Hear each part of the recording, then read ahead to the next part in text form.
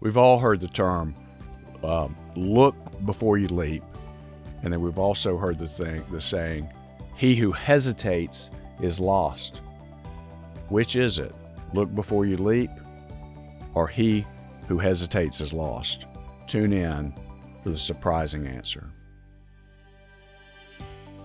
You are listening to the Prosper at Law podcast. Learn how to reduce stress, have more time, and make more money. Come on in. I'm Greg McCollum, and I built a 7-figure criminal defense law firm. I formed Prosper at Law to show criminal defense law firm owners who are desperate for success how to grow from under $200,000 to $1 million and beyond. I was probably maybe scrolling or reading something the other day, and I was looking at some things, and I saw this contrasted, the idea of look before you leap. And then the other idea was he who hesitates is lost. And so it's an interesting concept to me, and maybe I really hadn't spent enough time thinking through it because it seemed to me that they're conflicting propositions. And this is the whatever we call it, conventional wisdom or pearls to live by or something like that, things that we all heard growing up.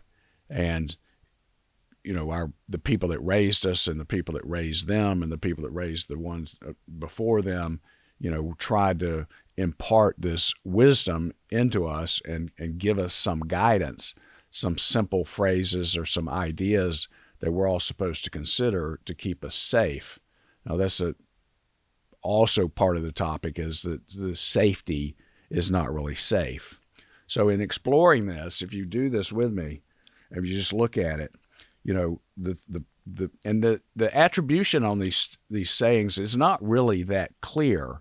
It becomes part of our, sayings or knowledge that we've all heard, but it's not like somebody, invented electricity.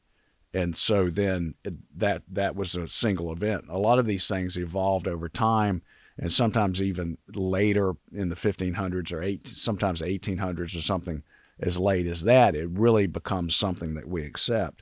So if you look before you leap, it comes from Aesop's fable, which is around 600 BC. It doesn't really seem almost that significant because it's basically, the goat and trapped in the well by the fox. So I think the goat and the fox. So 600 BC, look before you leap. Now, he who hesitates is lost is much harder to attribute, to figure out the attribution of where that comes from. And because that, it too evolved. So some people say Cato the Elder, so that was about 200 BC. And then Cicero, who also talked about the cost of indecision. And there's a quote by Cicero, which is, more is lost by lack of decision than by making a wrong one. More is lost by lack of a decision than by making a wrong one. And I remember one of my coaches, when I was first learning how to grow my law firm and turn my law practice into what I call a law firm business, a criminal defense law firm business. And I don't use those terms interchangeably because, and not that they don't mean the same thing, but the way I describe them, and everything that I publish and everything that I write about, I always make this distinction because a business is something that serves you, is something that works for you. The way I use the term a law practice is you opened a practice and you bought or created yourself a job, and you have a job. And having a job as a solo entrepreneur, whether it's in law or anything, whether it's criminal defense law or any other kind of business, is different. And I'm always distinguishing that because a business is something that runs without you there. So if you think about your law practice, how long will it run and hold up without you there? And so that's the difference between, and in terms of, when I hear law firm, I think, okay, a law firm is something that will run without you there. a law practice is like practicing law, practicing medicine, practicing something like that. If you're practicing a profession, you're in the trenches, you're in the work, you're doing the work, you're doing the noble work, but you're doing it, which is completely different than owning a business. If you own, and it's easier to see this too with other franchises, because people that want to buy a McDonald's franchise or maybe buy something like a Jersey Mike's or a Subway franchise or something like that, when someone says they're going to buy that or they want to do that, I don't think we really picture, like our neighbor or the person we know from the Rotary Club or wherever, when they say we're going to buy a McDonald's, I don't think we really think of them. We picture them, wearing the McDonald's uniform in there, frying the French fries, and then cooking the burgers and putting the burgers together and then running up to the counter to take more orders and collect the money. I think we see it differently. And so I think with the law firm, that's the law firm, is you're not cooking the burgers. You're guiding the law firm. You're making decisions on how to maintain the business, how to hire, how to fire, how to make sure you're following the procedures. And the great thing about buying a franchise, this is something that someone told me a long time ago, if you talk to the CPAs and all the accountants and everything, because you want to open a business, they will all tell you the most successful business owners we see are not people who have a great idea and go start a business from scratch. They're not people that go and open a restaurant because they got a great name and idea for it, or their grandmother's got these great recipes. They'll tell you that's not where they see the most success. Where they see the most success is these boring franchises. And the reason for that is because those boring franchises have solved all of the problems. And if you follow their policies and procedures and use their products and do it the way they tell you to do and not change their procedure, then you're going to be successful. So in terms of this making a decision, which is it? Look before you leap, or he who hesitates is lost. And the thing that jumped out at me when I was looking at this is that, and I had never really thought about this before, is look before you leap includes the leaping. I always took it to mean look before you leap means, don't act. Look before you leap. In other words, if you're leaping and it's dangerous, or that you think there's solid ground and there's not, it's an abyss, then look before you leap. I always pictured that as, you walk up to the decision, you survey it, you look before you leap, and you say, okay, this is going to kill me, this is dangerous, this is a terrible idea in terms of life, but in terms of business, look before you leap. Don't buy that business, don't expand your law firm, don't do this thing. Look before you leap, and then if it's not safe, back away and go somewhere else, do something else, retreat to safety. And it's interesting because there's a W.H. Auden poem that I was reading and looking at, and I'll quote a little bit of this to you. And what he says is that the way is certainly both short and steep. However gradual it looks from here, look if you like, but you will have to leap. The way is certainly both short and steep. However gradual it looks from here, look if you like, but you will have to leap. Later in the poem, he says, our dream of safety has to disappear. And I talked about this a little bit on the previous podcast. And so I'm still talking about fear, and fear is important because fear is what stops us. And so I remember hiring an associate lawyer and doing different things in my practice where, I was terrified. But if I was going to grow, I can't have a law firm with say, 8 criminal defense lawyers. I can't have a law firm in multiple regional locations if I don't take the leap, if I don't sign the lease, if I don't hire the lawyer, or if I don't contract with a lawyer to handle the cases that I expect to get. If I don't make the leap, nothing's going to happen. Now, I remember one time, and when I grew up in a small town in the South, and as a teenager, we were pretty mischievous and did things. And one of our specialties, was basically climbing out the window and sneaking out at night. We would either climb out our respective windows and meet up somewhere at some prearranged location, or we'd have a sleepover or a camp out. Most times we'd camp out. Camping out was just a euphemism for wandering around town and getting in trouble. And one particular night, I remember we would walk great distances. We might walk a few miles or 2 or 3 miles to get into whatever trouble we were going to get into. And then that town, obviously the mayor and the police and everybody and the parents all knew that none of us should be out wandering around after dark. We should be at home safe in our beds. And so there was a curfew. And so we'd have this cat and mouse game with the local police. And I could tell numerous stories of that where we were out doing just, stupid things, being foolish and hiding from the police, because if they saw us out, then we'd get taken into custody. They'd call our parents. We'd all be grounded, and all these things would happen.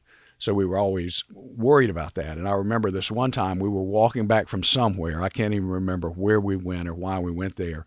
And it's the middle of the night. Our parents don't know we are out, and we're walking back. But the way back, because where I grew up in South Carolina in the upstate, it's very hilly, and at the bottom of every, hill or ravine or what valley or whatever you call it, there's a creek.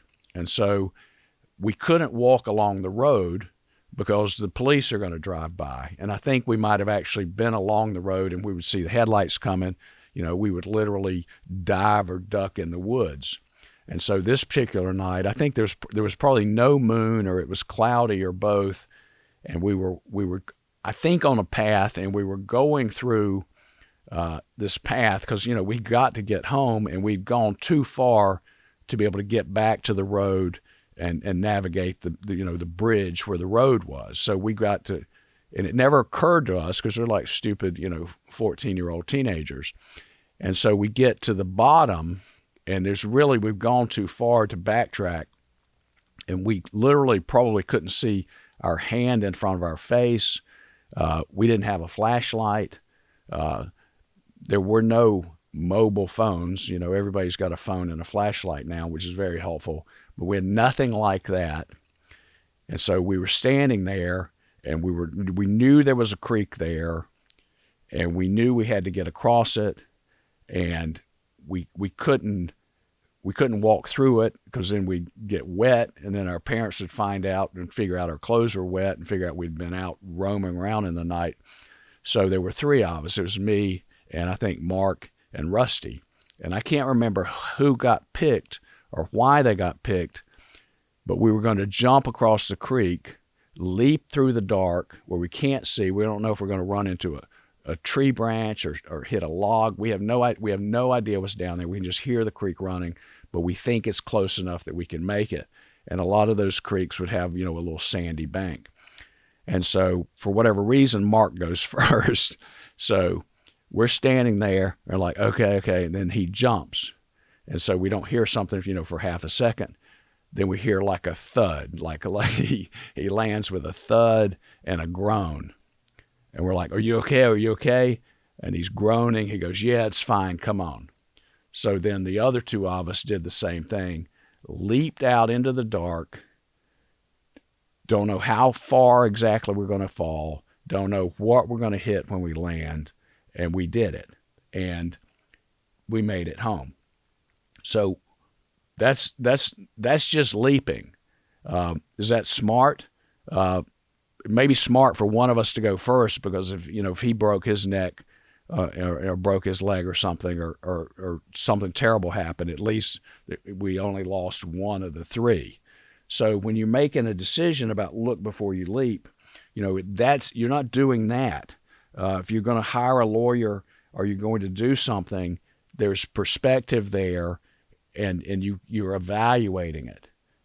But you cannot let the fear of what may happen stop you, because something may happen, okay? But you have the ability to pivot and change it. If you hire a lawyer and then all of a sudden all business dries up and you cannot pay them and you can't pay yourself, and it's all of a sudden this worst economic recession happens to your law firm and only your law firm, then you're not going to die. It's not going to kill you. Maybe you have to, not pay the person for a couple of weeks. Okay, you'll get through it. It's manageable. It's a lot more manageable than you think it is. And there are several people that talk about this, and there was such a long list that I couldn't include them all here. But for instance, with Mark Twain said, "I am an old man and have known a great many troubles, but most of them never happened." And that's the fear and worry. All right. Then Ralph Waldo Emerson, talking about action and growth. Emerson viewed fear as a barrier that must be confronted daily to achieve personal evolution. Fear as a barrier that must be confronted daily to achieve personal evolution. Dale Carnegie said, "Today is the tomorrow you worried about yesterday." So we're talking about Ralph Waldo Emerson, Mark Twain, and Dale Carnegie. These are all what anybody would consider successful people. And they're talking about fear. If you Google this or look this up, it's almost an endless amount of people, all of whom we respect, all of whom we admire. They felt fear too. They overcame fear, or maybe that's a bad way of putting it. They really stepped through the fear. The fear didn't go away. They stepped through it. I remember hearing a story a long time ago about Marvin Gaye, the great singer, the great performer Marvin Gaye, had such stage fright that sometimes they almost couldn't get him to go out on stage. They would almost have to force him to go out on stage and start singing. And it's so hard to comprehend that, because if you listen to his music or you see a video of him or something like that, you see these incredible performers and these people who are just extraordinary, and we don't think they're afraid. We think they're different from us. Of course, it's Marvin Gaye, it's Mark Twain. Of course, they're different, but they're not different in terms of what they feel. So when you look at this, what stops you from greatness? What stops you from doing the thing that maybe you were put on this earth to do?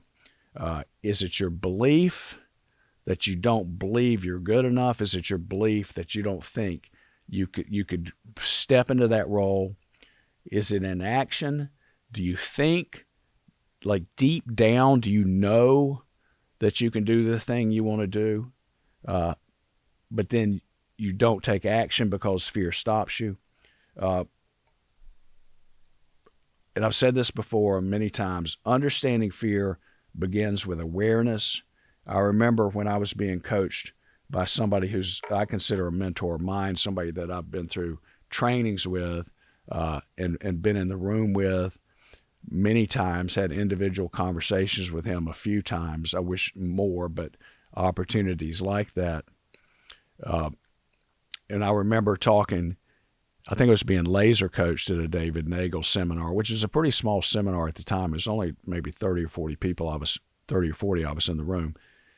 And I was asking him because at that time, and I can't remember what it was in my law firm and in my life, where I was facing a terror barrier, and I asked him from the microphone, David, how do you make fear go away?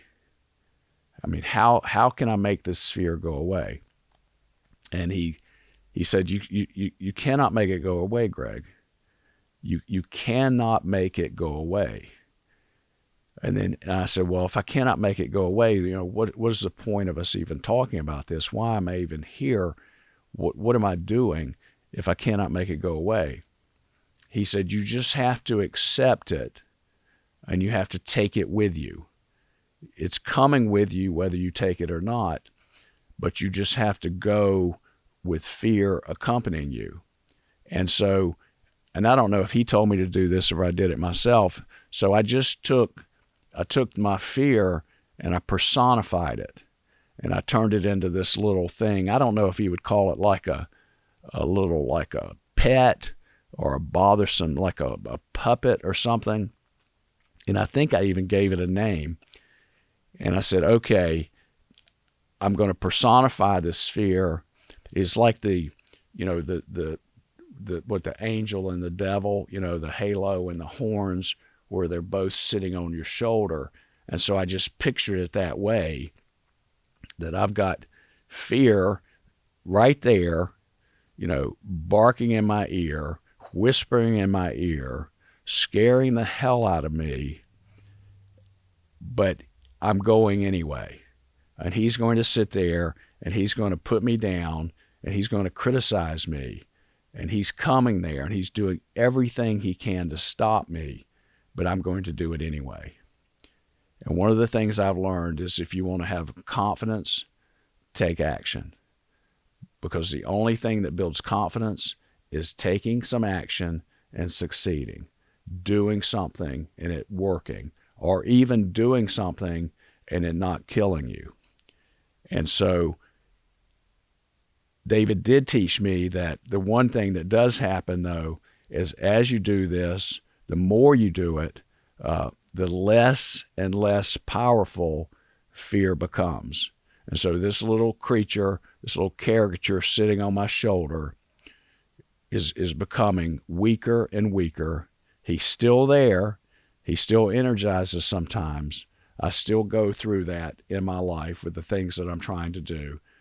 But he's coming with you, so just accept it, but act anyway.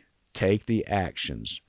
I talk to people every week about joining a mastermind or engaging in coaching with me or doing different things, and it's never the right time for most people. And I can only help the willing. But if this is happening to you, you recognize it, become aware of it, and realize that bring fear with you, take some action to change your life and your law firm. If you'd like to know more about Prosper at Law coaching and masterminds, go to our website, prosperatlaw.com. There's a link on there. You can click the button. You can schedule a call with me. There's a free call. It's not a hard sales call. But take the chance, have a conversation, and see if this is something that you would like to do to step through some fear and change your life. If you do it, I guarantee you, a year later, 2 years later, your life will look different, and you'll be glad you did. Hope this was helpful. See you next time. If you want to know more, go to prosperatlaw.com. We show criminal defense law firm owners how to reduce stress, have more free time, and make more money. Thanks for listening.